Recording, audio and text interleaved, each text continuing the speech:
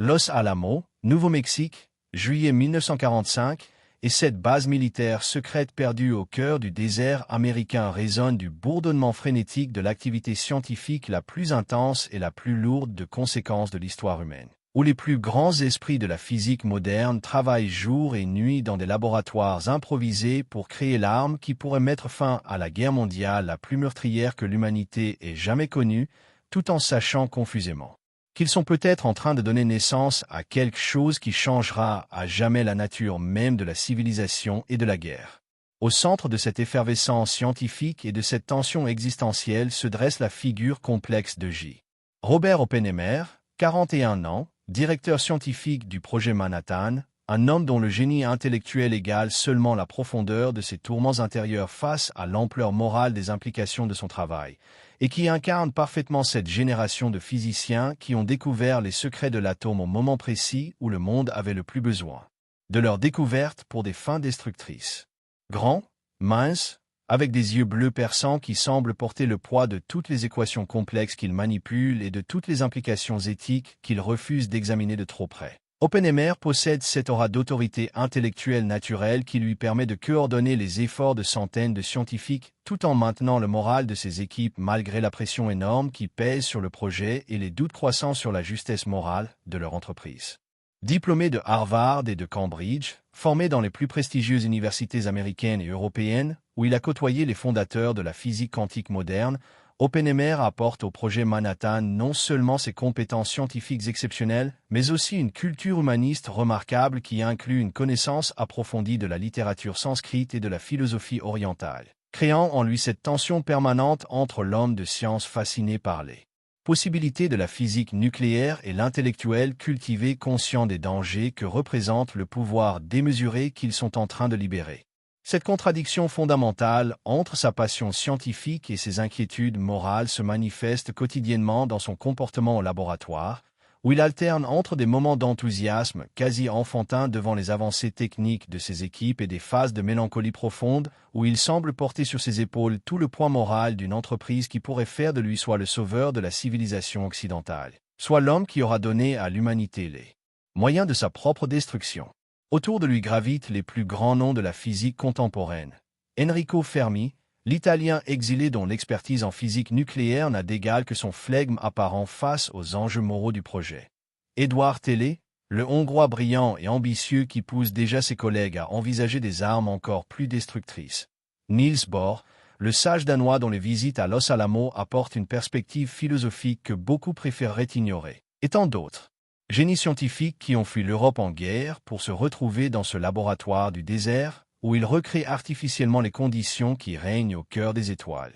La pression qui pèse sur l'équipe ne vient pas seulement de la complexité technique extraordinaire du défi qu'ils tentent de relever, créer une réaction nucléaire contrôlée suffisamment puissante pour libérer l'énergie équivalente à des milliers de tonnes d'explosifs conventionnels, mais aussi de l'urgence militaire qui donne un caractère désespéré à tous leurs efforts. Car chaque jour qui passe sans résultat concret signifie potentiellement des milliers de morts supplémentaires sur les théâtres d'opérations du Pacifique et d'Europe. Le général Leslie Grove, responsable militaire du projet, ne cesse de rappeler à Oppenheimer que l'avenir de la guerre dépend de leur capacité à transformer leurs équations théoriques en une arme pratique avant que l'Allemagne nazie ne développe sa propre bombe atomique, créant une course contre la montre qui transforme chaque calcul, chaque expérience, chaque décision technique en un enjeu de survie civilisationnelle. Cette pression temporelle et morale atteint son paroxysme dans les semaines qui précèdent le test Trinity, prévu pour le 16 juillet 1945 dans le désert de l'Alamogordo, à quelques 3 heures de route de Los Alamos, où ils vont pour la première fois tenter de déclencher une explosion nucléaire contrôlée pour vérifier que tous leurs calculs théoriques correspondent à la réalité physique et que l'arme qu'ils ont conçue sur le papier peut effectivement fonctionner dans le monde réel. Les dernières semaines de préparation voient Oppenheimer osciller entre confiance scientifique et angoisse existentielle, car il comprend que le succès du test Trinity marquera un point de non-retour dans l'histoire humaine et transformera définitivement sa propre destinée d'homme de science en celle d'un Prométhée moderne qui aura donné à ses congénères un feu plus dangereux que celui qu'ils peuvent maîtriser. Et si le test Trinity échouait à cause d'une défaillance technique? Et si, Au moment crucial où des années de travail acharné et de génie scientifique collectif devaient se concrétiser dans l'explosion la plus puissante jamais créée par l'homme, un dysfonctionnement technique inattendu empêchait la bombe de fonctionner comme prévu. Et si cet échec, au lieu de représenter un simple contretemps dans le développement de l'arme nucléaire, transformait complètement le cours de l'histoire en offrant à l'humanité une seconde chance de réfléchir aux implications de cette technologie avant qu'il ne soit trop tard? 16 juillet 1945, 5h29 du matin, et dans le silence absolu du désert de l'Alamogordo où seuls quelques coyotes troublent occasionnellement la quiétude de l'aube naissante, les équipes du projet Manhattan achèvent les derniers préparatifs du test qui doit déterminer si 3 années d'efforts scientifiques sans précédent ont effectivement permis de domestiquer la force qui fait briller les étoiles, transformant le désert du Nouveau-Mexique en théâtre d'une expérience qui pourrait changer à jamais l'équilibre des forces sur Terre. 30 secondes, annonce la voix de Ken Bainbridge dans les haut-parleurs du bunker de contrôle situé à 10 km de la tour où repose Gadget, le nom de code de cette première bombe atomique de l'histoire qui contient en son cœur quelques kilogrammes de plutonium-239 soigneusement façonnés selon les calculs les plus précis que la science contemporaine ait jamais produits. Oppenheimer, debout derrière les instruments de contrôle avec ses lunettes de protection soudées qui lui donnent l'allure d'un insecte géant dans la pénombre du bunker, sent son cœur battre avec une intensité qui rivalise avec la puissance qu'il s'apprête à libérer. Car il sait que dans quelques secondes, soit ils auront réussi à créer un soleil artificiel qui fera de lui l'homme le plus puissant de l'histoire, soit ils découvriront que toutes leurs théories les plus sophistiquées ne valent rien face à la complexité imprévisible de la réalité physique. 20 secondes, continue Bainbridge, et autour d'Oppenheimer, Fermi manipule nerveusement ses bouts de papier qu'il a préparés pour mesurer la force du souffle de l'explosion, Télé ajuste ses lunettes protectrices, et tous ces hommes qui ont passé des années à calculer et recalculer chaque aspect de cette réaction nucléaire retiennent leur souffle en comprenant que la théorie va enfin rencontrer la pratique dans une confrontation qui ne pardonnera aucune erreur. 10 secondes, 9, 8, 7, 6, 5, 4, 3, 2, 1, 0. Le silence qui suit cet instant fatidique se prolonge bien au-delà des quelques fractions de secondes que devrait durer le délai entre le déclenchement électrique et l'explosion nucléaire, et dans ce silence qui s'éternise, Oppenheimer sent une angoisse glacée l'envahir car il comprend que quelque chose a mal fonctionné, que malgré toute leur science et toute leur préparation, la bombe a refusé d'exploser. Qu'est-ce qui se passe? Demande Grove avec cette voix tendue de militaire qui voit ses plans les plus cruciaux s'effondrer, et Bainbridge, penché sur ses instruments de contrôle, répond avec une incrédulité évidente. Le signal électrique est bien parti, tous les systèmes de mise à feu ont fonctionné normalement. Mais il n'y a pas eu d'explosion. Cette phrase tombe dans le bunker comme une sentence de mort pour tous ces hommes qui ont consacré les meilleures années de leur vie à ce projet, et Oppenheimer, malgré sa déception scientifique immense, ressent aussi un trouble plus complexe où se mélange le soulagement secret de ne pas avoir à porter la responsabilité morale de cette arme et la frustration intellectuelle de voir échouer ce qui devait être le couronnement de sa carrière. Il faut aller voir ce qui s'est passé, déclare Grove avec l'autorité de celui qui refuse d'accepter l'échec, mais Bainbridge secoue la tête en expliquant en général « Nous ne pouvons pas nous approcher de la tour maintenant. Même si la bombe n'a pas explosé, elle contient encore suffisamment de matériel radioactif pour être dangereuse, et nous ne savons pas dans quel état se trouve le dispositif de mise à feu. » Cette impossibilité d'examiner immédiatement les causes de l'échec ajoute une dimension de frustration supplémentaire à ce moment historique raté, car tous ces hommes de science habitués à comprendre et à expliquer les phénomènes qu'ils observent se trouvent réduits à des conjectures sur les raisons pour lesquelles leur création la plus sophistiquée a refusé de fonctionner. Nous recommencerons, déclare Télé avec cette détermination obstinée qui le caractérise, nous identifierons le problème, nous le corrigerons, et nous recommencerons jusqu'à ce que ça marche. Mais Oppenheimer, étrangement silencieux depuis l'échec du test, semble déjà réfléchir à des implications plus profondes que la simple question technique du dysfonctionnement. Les heures qui suivent l'échec du test Trinity voient les équipes de Los Alamos plongées dans une analyse technique frénétique pour identifier les causes du dysfonctionnement, mais cette investigation révèle rapidement que le problème ne vient pas d'une erreur de calcul ou d'une défaillance des systèmes électroniques, mais d'un phénomène physique inattendu qui remet en question certains aspects fondamentaux de leur compréhension de la fission nucléaire. D'après nos premières analyses, explique Fermi lors de la réunion de crise qui se tient dans le bureau d'Oppenheimer le soir même de l'échec, il semblerait que la configuration géométrique du plutonium au moment de la compression ait créé des zones de densité critique insuffisantes, empêchant la réaction en chaîne de se propager de manière homogène dans toute la masse fissile. Cette explication technique, bien que rassurante par sa précision scientifique, révèle en réalité l'ampleur du problème car elle suggère que leur modèle théorique, malgré leur sophistication, ne prenait pas en compte certaines variables physiques qui ne peuvent être identifiées qu'au moment de l'expérimentation réelle, impliquant que la correction de ces défauts nécessitera des mois de travail supplémentaires. Combien de temps faudra-t-il pour corriger ces problèmes et préparer un nouveau test? Demande Grove avec l'impatience d'un homme qui voit la guerre se prolonger indéfiniment sans l'arme décisive qu'il était censé livrer, et Oppenheimer, après avoir consulté du regard ses principaux collaborateurs, répond avec une honnêteté qui glace l'Assemblée. Au minimum 6 mois, peut-être plus si nous découvrons d'autres complications en cours de route. Cette estimation temporelle transforme l'échec technique en catastrophe stratégique, car elle signifie que l'arme nucléaire ne sera pas disponible pour influer sur le cours actuel de la guerre, obligeant les planificateurs militaires à envisager d'autres options pour obtenir la capitulation du Japon et modifier complètement le calendrier des opérations prévues dans le Pacifique. Mais au-delà des implications militaires immédiates, l'échec du test Trinity a aussi des répercussions psychologiques profondes sur Oppenheimer lui-même, car il l'oblige à confronter pour la première fois depuis le début du projet la possibilité que leur entreprise ne soit peut-être pas destinée à réussir, ouvrant la porte à des questionnements moraux et philosophiques qu'il avait soigneusement refoulés pendant les années de développement. Tu sais, Robert, dit Catherine Oppenheimer à son mari lors d'une promenade nocturne dans les rues de Los Alamos, quelques jours après l'échec du test, peut-être que c'est un signe. Peut-être que l'univers nous dit que nous ne sommes pas prêts pour ce genre de pouvoir, et cette remarque de sa femme, formulée avec la simplicité de quelqu'un qui n'est pas impliqué dans les détails techniques du projet, touche Oppenheimer plus profondément qu'il ne veut l'admettre. Ce n'est qu'un contretemps technique, répond-il avec moins de conviction qu'il ne voudrait en montrer. Nous identifierons le problème et nous le résoudrons, c'est ce que font les scientifiques. Mais Catherine perçoit dans sa voix cette incertitude nouvelle qui révèle que l'échec a ébranlé non seulement sa confiance en ses capacités techniques, mais aussi ses certitudes sur la justesse de leur entreprise. Mais si nous ne parvenons pas à le résoudre, insiste Catherine avec cette intuition féminine qui perçoit les doutes que son mari n'ose pas exprimer, si cet échec signifie que nous devons trouver d'autres moyens de terminer cette guerre, et cette question ouvre devant Oppenheimer des perspectives qu'il n'avait jamais sérieusement envisagées pendant les années où le succès du projet semblait inévitable. Cette conversation avec Catherine marque le début d'une période de réflexion profonde qui va transformer progressivement le rapport d'Oppenheimer à son travail et l'amener à considérer l'échec technique non plus comme un obstacle temporaire à surmonter, mais comme une opportunité de reconsidérer l'ensemble de l'entreprise nucléaire sous un angle moral et philosophique qu'il avait négligé jusqu'alors.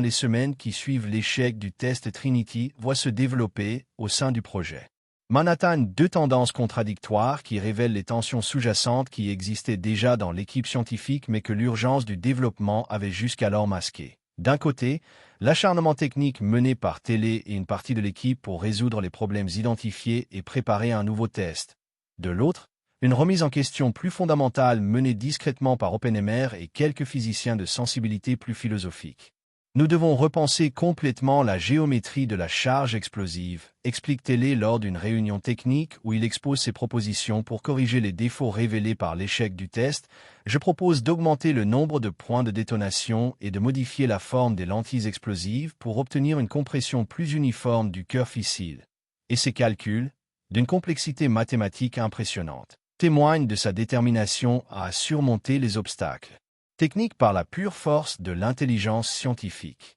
Parallèlement à ces efforts de perfectionnement technique, Oppenheimer commence à explorer discrètement avec quelques collègues de confiance les implications plus larges de l'échec du test et les alternatives possibles à l'utilisation militaire de l'énergie nucléaire, conversation qui révèle l'ampleur des questionnements moraux que le succès facile du projet avait permis d'éviter. Vous savez, Niels, dit Oppenheimer à bord lors d'une de ses visites à Los Alamos, cet échec nous donne peut-être l'occasion de réfléchir sérieusement aux conséquences à long terme de cette technologie avant qu'il ne soit trop tard pour influencer la façon dont elle sera utilisée. Et cette remarque révèle que l'échec technique a libéré chez lui des préoccupations éthiques qu'il s'interdisait d'exprimer tant que le projet semblait sur la voie du succès. Bohr, qui depuis le début du projet milite pour une approche internationale de la question nucléaire, saisit cette ouverture pour développer ses visions d'un monde où l'énergie atomique serait développée de manière coopérative plutôt que secrète. Robert, cet échec pourrait être une bénédiction déguisée s'il nous permet de convaincre les dirigeants politiques de partager cette technologie avec nos alliés au lieu d'en faire un monopole américain.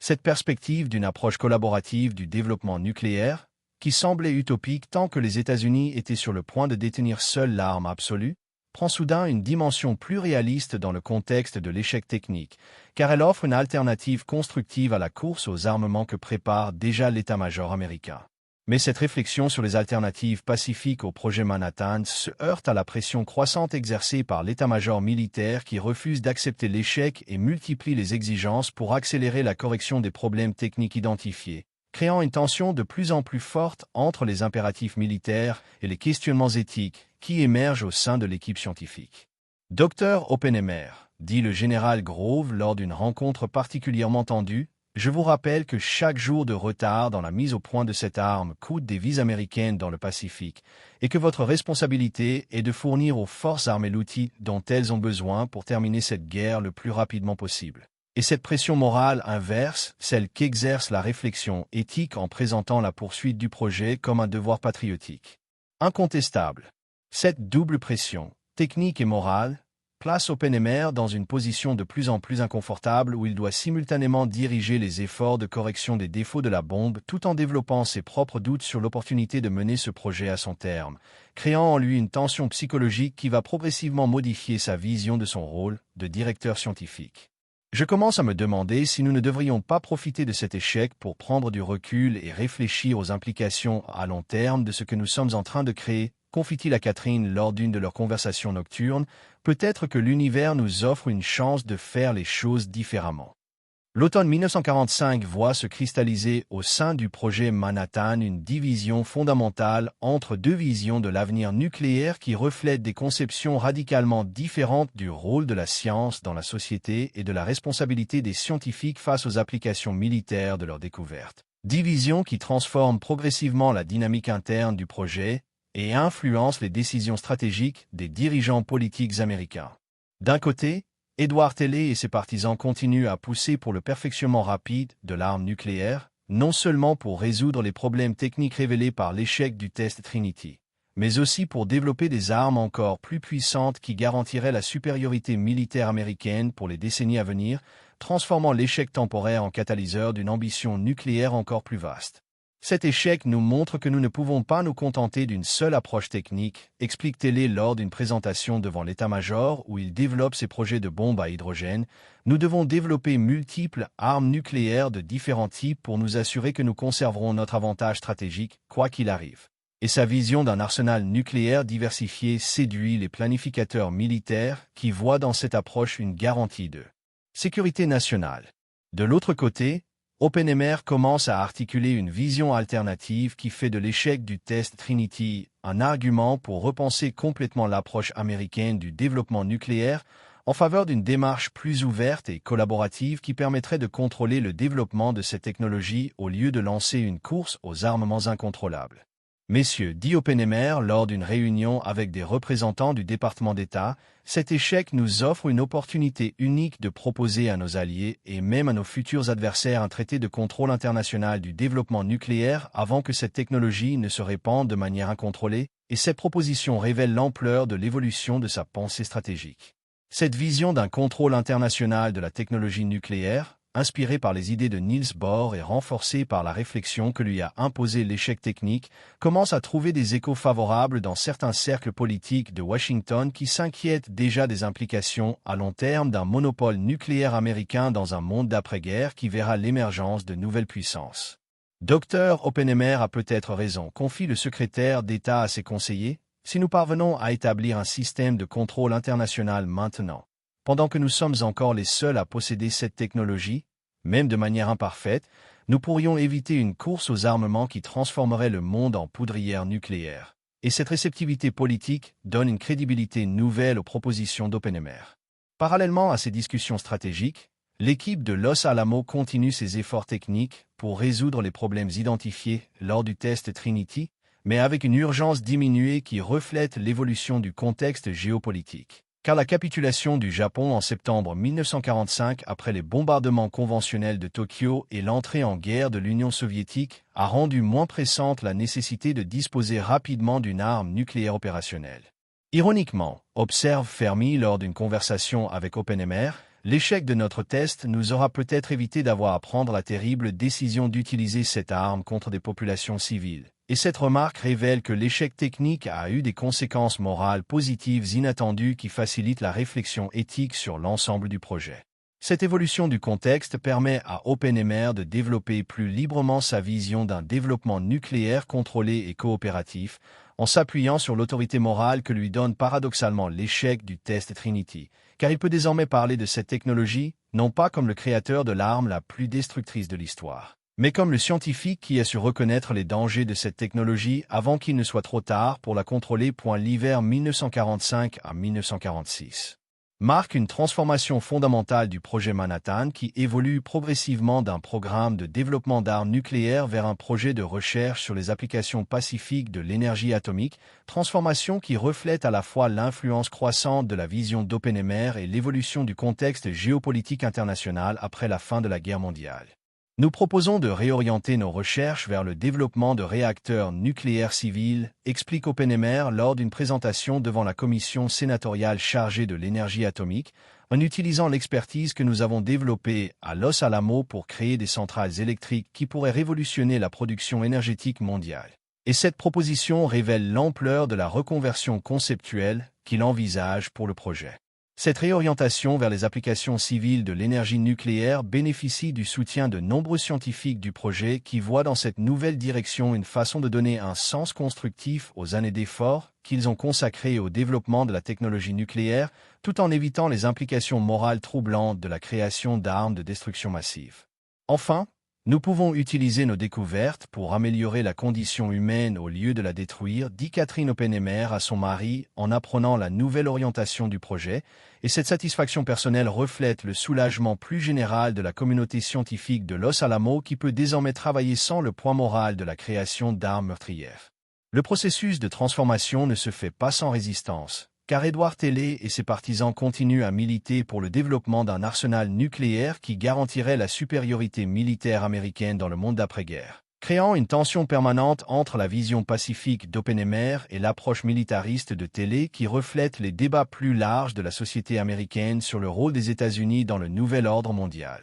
Nous commettons une erreur historique, argumente Teller lors des débats internes au projet. En abandonnant notre avance technologique dans le domaine des armes nucléaires, nous offrons à nos adversaires potentiels la possibilité de nous rattraper et de nous dépasser. Mais ces arguments peinent à convaincre une opinion publique américaine fatiguée par la guerre et séduite par les promesses de l'atome pacifique. Cette évolution vers les applications civiles s'accompagne d'une ouverture internationale du programme nucléaire américain qui concrétise les visions de coopération internationale qu'OpenMR et Bohr avaient développées, avec la création d'un organisme international de contrôle de la technologie nucléaire qui préfigure l'Agence internationale de l'énergie atomique et établit les bases d'un développement nucléaire mondial coordonné. Ce que nous créons ici, explique OpenMR lors de la conférence internationale qui établit les premiers accords de coopération nucléaire, c'est un modèle pour montrer que la science peut servir l'humanité tout entière plutôt que les intérêts nationaux particuliers. Et cette déclaration marque l'aboutissement de l'évolution de sa pensée depuis l'échec du test Trinity. Les mois qui suivent voient la concrétisation progressive de cette vision avec le lancement des premiers projets de centrales nucléaires expérimentales, le développement de programmes de formation internationale pour les ingénieurs nucléaires et la mise en place de protocoles de sécurité qui empêchent la prolifération militaire de la technologie nucléaire tout en facilitant son développement civil. Nous avons peut-être évité la catastrophe nucléaire en échouant à créer les premières armes nucléaires, observe Niels Bohr lors de sa dernière visite à Los Alamos avant la transformation complète du site en centre de recherche civile. Parfois, les accidents de l'histoire nous sauvent de nous-mêmes. 10 ans après l'échec du test Trinity, en juillet 1955, J. Robert Oppenheimer se tient devant la première centrale nucléaire commerciale des États-Unis, construite selon les principes développés à Los Alamos et alimentant en électricité propre des milliers de foyers américains, symbole vivant de la transformation réussie de la technologie nucléaire destructrice en force de progrès pour l'humanité. Quand je repense à ce matin de juillet 1945 où notre bombe a refusé d'exploser, confie Oppenheimer à un journaliste qui l'interroge sur l'évolution du programme nucléaire américain, je réalise que cet échec a été en réalité le plus grand succès de ma carrière scientifique, car il nous a permis de prendre la bonne direction avant qu'il ne soit trop tard. Cette réflexion résume parfaitement l'évolution remarquable qui a transformé l'échec technique le plus retentissant de l'histoire de la science en catalyseur d'une révolution énergétique mondiale qui a permis d'éviter la course aux armements nucléaires tout en donnant à l'humanité accès à une source d'énergie pratiquement inépuisable et respectueuse de l'environnement. Le monde de 1955 est remarquablement différent de celui qu'aurait créé le succès du test Trinity. Au lieu d'un équilibre de la terreur entre grandes puissances nucléaires, l'humanité a développé un système de coopération internationale autour de la technologie nucléaire civile qui a créé des liens de dépendance mutuelle rendant les conflits majeurs beaucoup moins probables. L'ironie de l'histoire, observe Catherine Oppenheimer en regardant son mari recevoir le prix Nobel de la paix pour sa contribution au développement de l'énergie nucléaire civile, c'est que Robert est devenu plus célèbre pour avoir échoué à créer une arme que certains de ses collègues pour avoir réussi leur projet scientifique. Cette reconnaissance internationale de l'œuvre d'Oppenheimer reflète l'admiration mondiale pour la sagesse dont ont fait preuve les scientifiques américains en transformant un échec technique en opportunité de repenser complètement leur approche de la technologie nucléaire, créant un modèle de développement scientifique responsable qui inspire désormais toutes les recherches de pointe. Les relations internationales de cette décennie 1950 alternative sont marquées par une coopération scientifique sans précédent qui a remplacé la confrontation militaire prévue par la guerre froide, car les accords de contrôle nucléaire ont créé des mécanismes de coopération qui se sont étendus à d'autres domaines de la recherche scientifique et du développement technologique. Nous avons appris, dit Oppenheimer lors de son discours de réception du prix Nobel, que la science peut être soit l'instrument de notre destruction, soit l'outil de notre salut, et que cette différence dépend entièrement des choix moraux que nous faisons en tant que scientifiques et en tant qu'êtres humains. Voix off, Oppenheimer, âgé et serein. Ils disent que l'histoire ne repasse jamais les plats, mais parfois elle nous donne une seconde chance de faire les bons choix. L'échec de Trinity nous a évité de devenir les destructeurs de monde pour nous permettre de devenir les architectes d'un avenir meilleur. J'ai appris que parfois, ne pas réussir à créer quelque chose de terrible est le plus grand succès qu'un scientifique puisse espérer. L'humanité a eu la chance que nos calculs soient faux ce jour de juillet 1945, car cette erreur nous a donné la possibilité de choisir la sagesse plutôt que la puissance. Et finalement, c'est peut-être cela, le véritable génie, savoir reconnaître quand il faut s'arrêter.